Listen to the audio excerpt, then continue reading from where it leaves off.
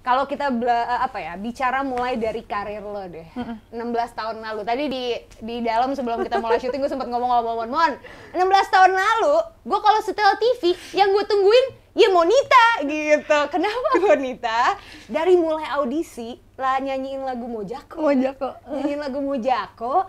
Yang menurut gue saat itu kan nyanyiin lagu itu kan anak-anak yang suka film kartunnya. Ini kok bisa-bisanya ada anak muda gitu, ABG, audisi nyanyiin lagu Mojako. Apa yang lo pikirkan pada saat itu? Meanwhile yang lain tuh DZZ, yang harus yang gitu-gitu kan nyanyinya kan.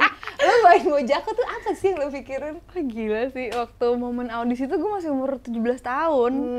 Jadi maksudnya, terus gue nggak pernah punya pengalaman tampil di depan publik. Terus kayak momen Indonesian Idol juga tiba-tiba banget itu nyokap gue yang mau, lo tau gak? Dulu kan kalau kita lomba-lomba apa segala macam suka ikut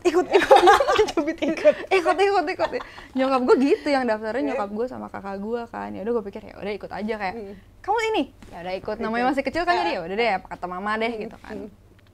Tapi emang sebelum gue audisi di Idol pertama gue nonton kan, gue cuma kayak di dalam hati aja ngomong, apa rasanya ya nyanyi dijuriin orang di depan TV kayak gitu. Gue cuma di dalam hati doang.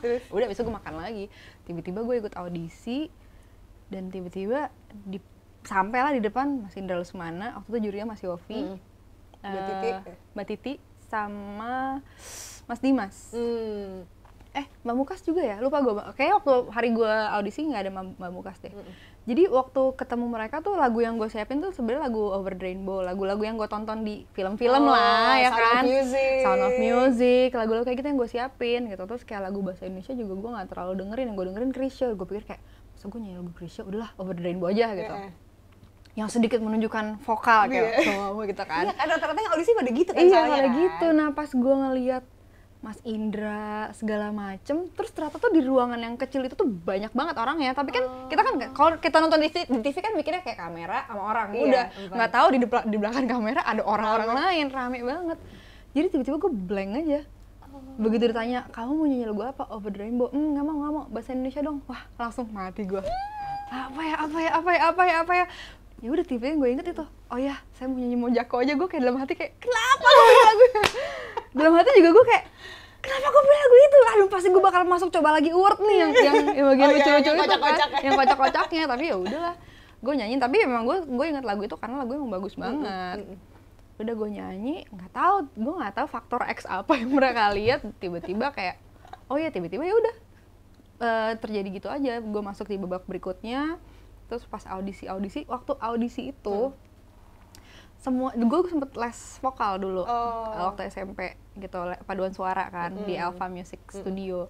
Waktu gue audisi Indonesian Idol di babak berikutnya itu isinya tuh guru-guru Alpha. Serius? Makanya gue kayak ngapain gue di sini? Gue kayak ngapain gue di sini? Gitu kan angkatan gue kan Judika, Mike. Waktu lagi nunggu mereka semua tuh nyanyi. Aduh, nunggunya nyanyi, mereka latihan. Gue di toilet. Gue diem aja. Gue kayak karena handphone udah diambil-ambilin kan waktu itu kan. Jadi gue nggak bisa teks siapa-siapa, nggak bisa teks nyokap pulangkan aku tuh nggak bisa, udah karantina juga waktu itu. Udah masuk babak eliminasi, jadi kita udah di karantina. Udah gue di toilet aja, gue di toilet tuh cuma kayak ngapain sih gue di sini? Iya kayak gue ngapain sih di sini?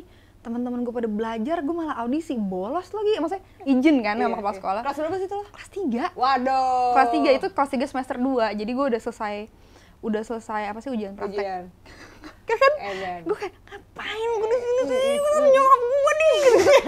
Udah sampai akhirnya nggak tahu di toilet tuh gue cuma gini aja ya, kayak aduh Tuhan kaki gue gemeter banget nih karena gue takut banget. Itu kan kita audisi di Taman Mini, itu hall gede teater gitu. Lo bayangin nggak nyanyi nggak pakai mikrofon di depan orang-orang, terus kompetisi pula, terus dikomentarin pula. Aduh gue saat itu gue bener-bener kayak aduh gila, secara mental gue udah lumayan kayak ciut banget gue. Tapi ya udahlah. Lo termasuk yang paling muda nggak sih pada saat itu? Termasuk salah satu yang paling muda. Waktu lagi ngantri giliran sih ada beberapa yang seumuran sama gue. Tapi pas udah kepilih 12 finalis, gue salah satu yang paling muda saat itu. Apa perasaan lo ketika dari awal lo berdiam diri di toilet ketika semua orang latihan, terus udah lolos ke 12 besar? Waktu itu nggak tahu, waktu itu pas lolos itu gue cuma tanya gue pantas nggak di sini gitu. Karena gue tahu banget waktu lagi audisi itu banyak yang nggak lolos tuh sampai nangis. Mereka tuh dari daerah, mereka bener-bener itu mimpi mereka gitu, sedangkan gue di situ dan kayak gue ngerasa kayak ngapain sih gue di sini, sedangkan ada orang yang bener-bener datang ke situ untuk mimpinya mereka gitu. Itu salah satu yang mengubahkan gue juga sih, kayak saat ada orang yang pengen mereka nggak dapet dan gue dapet kesempatan ini, harusnya gue nggak boleh sia-siain gitu. Dan pada saat itu teman-teman seangkatan gue suportif banget, Mike, Judika, mereka yang kamu inget nggak waktu kita audisi berapa ribu orang yang ngantri buat ini dan kamu salah satunya gitu, kamu nggak boleh gini. Wah, mereka banyak kasih tau gue. Oke deh, dari situ akhirnya semangatin. Gue seneng banget sih anak-anak angkatan gue pada baik-baik semua. Jadi kita kompetisi tapi di dalamnya mereka bener-bener kayak ayo lo nggak boleh, lo jangan minta pulang mulu, jangan minta pulang mulu. Iya, mental gue digenjot dan mereka kayak ada buat gue di belakang gue. Ayo lo harus ini gitu. Dari situ lo mendapatkan jawaban, oh ya gue pantas ya dari sini. Nggak juga sih. Serius? Karena gila, minggu pertama waktu udah 12 finalis ini nih tampil kan di TV di Balai Sarbini, udah kayak kamera udah kayak segala macam. Gila, minggu pertama komentar yang gue dapet itu, saya rasa kamu belum pantas ada di sini. Siapa yang ngomong gitu? Mbak Mukas deh kayaknya. Tapi kalau di belakang panggung Mbak Mukas baik banget. Dia bilang kamu harus ini, kamu harus gini gitu. Tapi kan ya begitu pas di depan itu dia pahit gitu. Saya rasa kamu belum pantas untuk ada di sini gitu. Gue kayak udah gila sih. Itu salah satu pengalaman yang luar biasa. Kalau banyak orang yang bilang pencarian bakat tuh instan, tapi buat gue nggak instan sih, karena gimana sih lo harus ngejar dari yang lo nggak punya pengalaman apa-apa, tiba-tiba lo dituntut jadi seorang idola dalam waktu 1 minggu, setiap minggu gitu akan dinilai depan banyak orang. Jadi tuh prosesnya lumayan gila sih buat gue gitu.